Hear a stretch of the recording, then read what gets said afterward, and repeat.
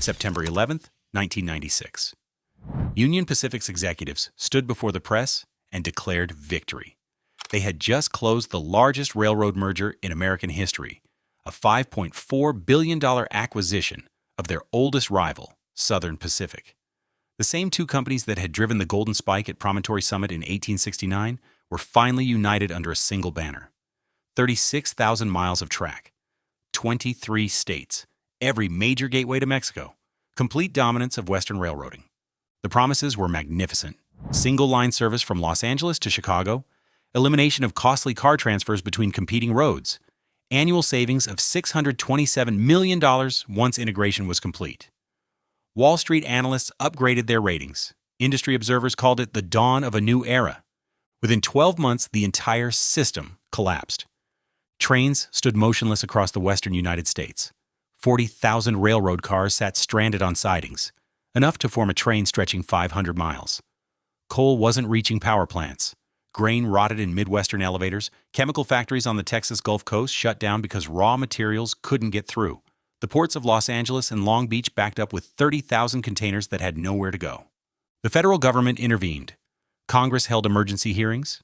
The Surface Transportation Board, the same agency that had approved the merger months earlier, ordered Union Pacific to open its tracks to competitors to prevent total economic collapse.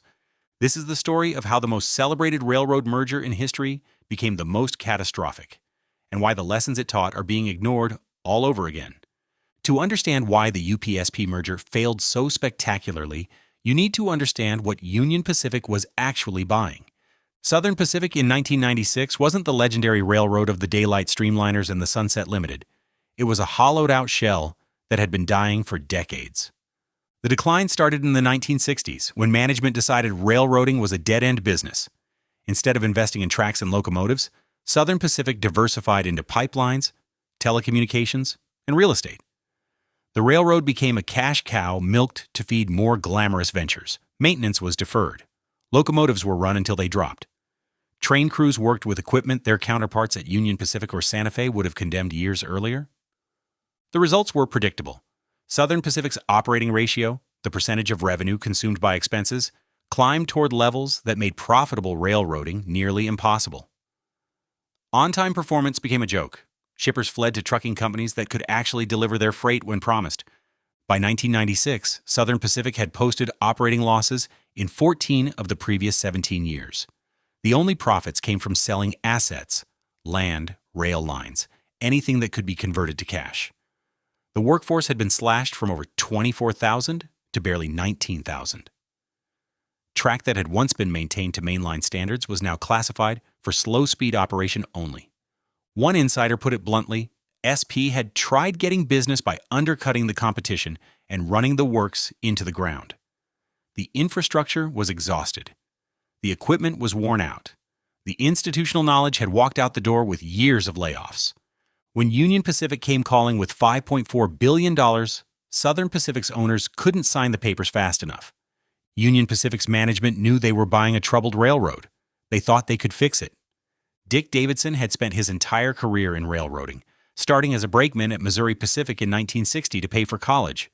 He'd risen through the ranks to become one of the most respected operating executives in the industry. When he looked at Southern Pacific, he saw opportunity where others saw disaster. The merger promised enormous benefits on paper. The combined system would eliminate redundant routes and concentrate traffic on the most efficient corridors. Single-line service would replace the cumbersome car transfers that added days to transit times. The savings from reduced interchange handling alone would justify the purchase price. The Surface Transportation Board approved the merger in August 1996, imposing conditions designed to preserve competition. Burlington Northern Santa Fe received trackage rights over nearly 4,000 miles of the combined system, the largest such agreement ever attempted. In theory, shippers would retain access to two Western railroads even after UP and SP became one. Union Pacific took control on September 11, 1996. Davidson's integration plan called for rapid combination of the two operating systems, move fast, absorb the weaker railroad into the stronger one, impose Union Pacific's discipline on Southern Pacific's chaos. The same approach had worked when Union Pacific absorbed the Chicago and Northwestern the year before. They had no idea what they were walking into. The meltdown began in Houston. Southern Pacific's Englewood Yard was the heart of the Gulf Coast rail network, processing nearly 3,000 cars daily through a complex system of classification tracks and switching operations. It was also a bottleneck that SP had struggled to manage for years. When Union Pacific took over, they decided to make changes immediately. 35 miles south of Englewood sat Strang Yard, which served refineries at Texas City and generated solid petrochemical trains destined for East St. Louis and New Orleans. In late 1997, a Union Pacific senior operating officer ordered Strang Yard closed. The cost savings looked impressive: 13 yard engines, and their crews eliminated from the payroll. Former Southern Pacific operating officers warned that the closure would create chaos. The traffic that Strang handled couldn't simply be absorbed by Englewood. The petrochemical trains that had been built at Strang would now have to be assembled at a yard already operating at capacity. The cars from Texas City refineries would flood into a system that had no place to put them. They were ignored. Within 36 hours of Strang's closure, Englewood Yard was paralyzed. Cars backed up on every approach track. Trains couldn't enter the yard because there was nowhere to put them.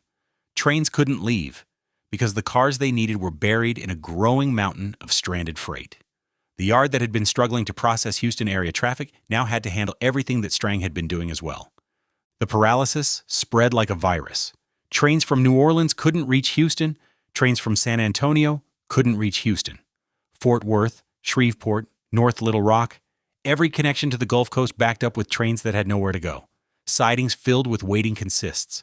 Main lines clogged with traffic that couldn't move forward.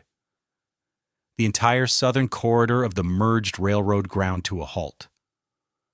The Roseville Yard disaster made everything worse. Roseville, outside Sacramento, was another critical choke point in the combined system. Southern Pacific had started a major reconstruction project there before the merger. Union Pacific continued the work, taking the yard offline for upgrades that were supposed to improve long-term capacity. The timing couldn't have been worse.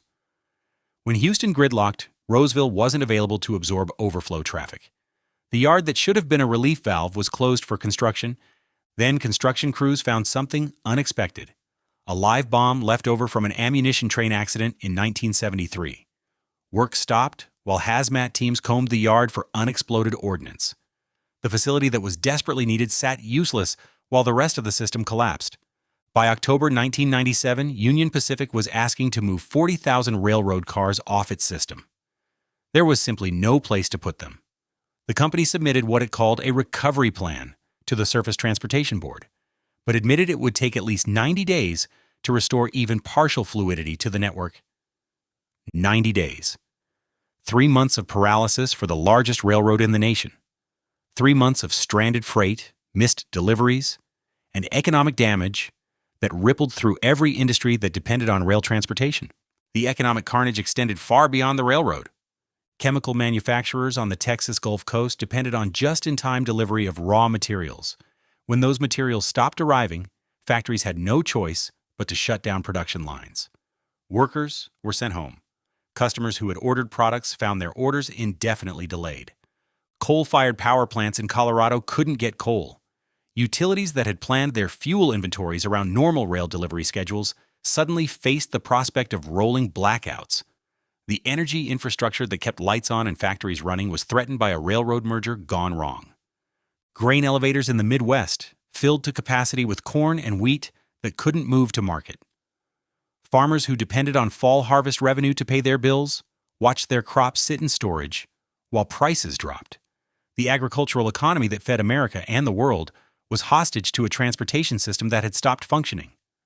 Container ships waited at anchor outside Los Angeles and Long Beach harbors. The ports had no place to put incoming cargo because the containers already there couldn't move inland by rail. Christmas merchandise from China sat on the docks while retailers desperately searched for alternatives. Some shippers reported transit times of a month for freight that should have moved in days. One shipment became legendary among railroad historians. A rail car full of liquid argon left Houston for a customer in Southern California. Delays were so severe that by the time the car finally arrived, 90% of the contents had evaporated. The customer received a nearly empty tank car after weeks of waiting. Shippers lost an estimated $100 million per month. Union Pacific itself hemorrhaged more than $1 billion and posted 3 consecutive quarters of losses. The company's stock dropped by nearly half between 1996 and 2000. The merger that was supposed to create the most efficient railroad in America had created the most dysfunctional. The federal government had no choice but to intervene. The Surface Transportation Board held emergency hearings. Congressional committees demanded answers. The Justice Department, which had raised concerns about the merger before it was approved, watched the predictions of critics come true in real time. In late 1997, the STB took the extraordinary step of requiring Union Pacific to grant emergency trackage rights to competing railroads. BNSF and Kansas City Southern were authorized to operate trains over UP lines to relieve the congestion. It was an unprecedented intervention, a tacit admission that the merger the government had approved had created a crisis the merged railroad couldn't solve alone. Union Pacific's response required massive investment and fundamental restructuring. Davidson spent $2.8 billion upgrading computer systems and information technology. He decentralized operations, transferring power from Omaha headquarters to 3 regional offices and 22 service divisions. He rolled out dozens of new service initiatives designed to lure back customers who had fled to trucks. The recovery took years. By 1998, trains were moving again, slowly. By 2002, the company posted record profits. The crisis eventually passed, and Union Pacific emerged as the dominant freight carrier in Western North America. But the damage went far beyond the temporary disruption. The merger's long-term consequences reshaped the entire railroad industry. The chemical shippers who had been forced to shut down factories didn't forget. The grain traders who had watched crops rot in elevators didn't forget. The manufacturers who had lost customers because they couldn't deliver products didn't forget. When these shippers had alternatives, they used them. When they didn't have alternatives, they paid whatever Union Pacific charged and complained loudly to anyone who would listen. The Surface Transportation Board, burned by the disaster, imposed dramatically stricter merger standards in 2001. The new rules required that railroad combinations enhance competition, not merely preserve it. The bar was raised so high that no major railroad merger has been approved in the quarter century since. BNSF, the competitor that received emergency trackage rights during the crisis, never stopped fighting for the access it was promised. 28 years later, in December 2025, BNSF filed a 106-page petition with the Surface Transportation Board accusing Union Pacific of obstructive conduct that had harmed customers by delaying or preventing BNSF from fully replacing the competition that was lost through the UP and SP merger as the board originally intended. The wounds from 1996 have never fully healed. The most damning lesson of the UP-SP merger is how predictable the disaster was. Don Phillips, writing in Trains magazine in November 1995, a full year before the merger closed, forecast a pile of body bags for cities like San Francisco and Denver that would be affected by the integration. He described the chemistry of Union Pacific's management crossing with Southern Pacific's infrastructure as potentially explosive. Southern Pacific's own executives knew their railroad was a wreck. Union Pacific's due diligence team had access to every operating metric, every maintenance record, every equipment report. They knew SP had deferred maintenance for years. They knew the locomotive fleet was underpowered. They knew the yards were congested and the track was slow. They believed they could overcome these problems through superior management. They believed their systems would impose order on Southern Pacific's chaos. They believed that the efficiencies of combination would quickly pay for whatever investments were needed. The fundamental error wasn't technical. It was institutional arrogance.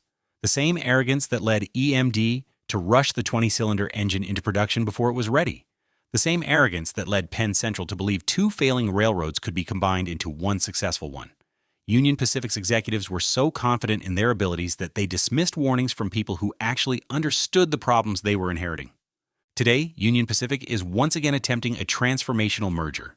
In July 2025, Union Pacific announced plans to acquire Norfolk Southern for $85 billion, the largest railroad transaction ever proposed. The combined company would span 43 states and control more than 40% of American rail freight. It would be the first true coast-to-coast railroad since the Transcontinental was completed in 1869. The promises sound familiar: faster service through elimination of interchange delays, expanded capacity through coordinated investment, annual synergies measured in billions of dollars, enhanced competition with trucking through seamless single-line service.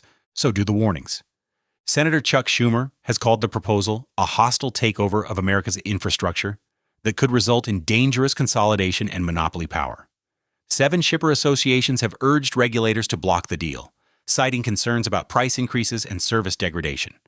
Rail unions have pointed to safety records and workforce reductions. BNSF, still fighting over the 1996 merger conditions, has formally opposed the transaction. The Surface Transportation Board will ultimately decide whether history repeats itself. The regulatory framework has changed. The 2001 merger standards are stricter than the rules that existed when UPSP was approved. But the fundamental question remains the same. Can two giant railroads be combined without creating chaos? The executives proposing today's merger weren't running railroads when Houston gridlocked in 1997. The regulators reviewing the application weren't at the STB when it imposed emergency interventions to prevent economic collapse. The investors betting on synergies weren't watching their portfolios crater when Union Pacific's stock lost half its value. Institutional memory is short. The crisis that defined a generation of railroaders has become ancient history to decision-makers who never lived through it. The American railroad industry that nearly died in the 1970s has transformed into one of the most efficient freight transportation systems on Earth. The industry that Wall Street wrote off now generates billions in profits annually. Trains move more freight with fewer people than anyone in 1972 could have imagined. The UPSP merger didn't cause that transformation, but it almost derailed it. In the critical years when railroads were proving they could compete with trucks and planes, Union Pacific's meltdown reminded everyone how fragile the system really was. A single bottleneck in Houston cascaded into a national crisis. A single cost-cutting decision at Strang Yard paralyzed 23 states' worth of freight operations. The lesson should have been learned. Bigger isn't always better. Efficiency on paper doesn't guarantee efficiency in practice. The systems that move American commerce are complex beyond any spreadsheet's ability to model, and the hubris of management can overwhelm the mathematics of optimization. Dick Davidson recovered from the disaster. He invested billions in technology, restructured operations, and rebuilt the trust his company had destroyed. By his retirement in 2006, Union Pacific was the most valuable railroad in North America. The crisis that nearly ended his career became a footnote in a story of eventual triumph. But the customers remember something different. They remember when the trains stopped running. They remember when their factories shut down. They remember when the railroad that promised efficiency delivered paralysis instead. The trains still roll. The freight still moves.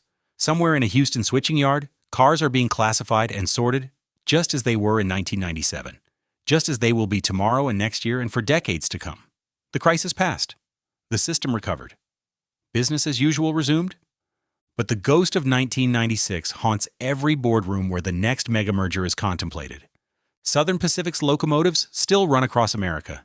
You can spot them occasionally.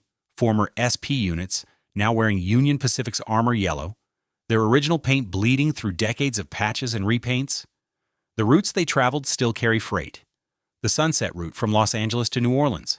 The Golden State route to Kansas City. The Overland route across the Sierra Nevada. The name is gone. The culture is gone. The thousands of employees who built careers at Southern Pacific are retired or dead, their institutional knowledge scattered like autumn leaves. What remains is track and right-of-way, and the memory of what happens when ambition exceeds capability. They called it a merger. They should have called it a warning. The rails that met at Promontory Summit in 1869 finally came together under one banner in 1996. What happened next proved that some combinations create chaos instead of synergy, that bigger isn't always better, and that the confidence of executives can blind them to disasters that everyone else can see coming. The $5.4 billion purchase price was just the beginning. Add the technology investments, the service failures, the lost revenue, the shipper lawsuits, the regulatory interventions, the stock price collapse. The true cost of the UPSP merger exceeded anything anyone had projected. History doesn't repeat, but it rhymes. The same promises that failed in 1996 are being made again in 2025. The same warnings that were ignored then are being ignored now. The same confidence that led to disaster is driving the next round of consolidation. The only question is whether anyone will remember the lesson before it's too late to learn it again.